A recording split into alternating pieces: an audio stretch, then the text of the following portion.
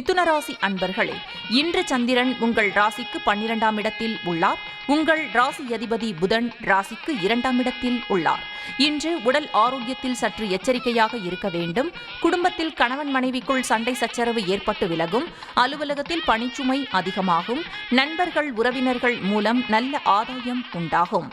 மிதுன ராசி மிருகசீரிஷம் நட்சத்திரம். இன்று கூட்டுத் தொழிலில் மன வருத்தங்கள் உண்டாகலாம். குலதெய்வ வழிபாடு மன அமைதியை தரும். அலுவலகத்தில் வீண் வாதங்களை தவிர்க்க வேண்டிய நாள். சிலருக்கு காரிய தடை உண்டாகும்.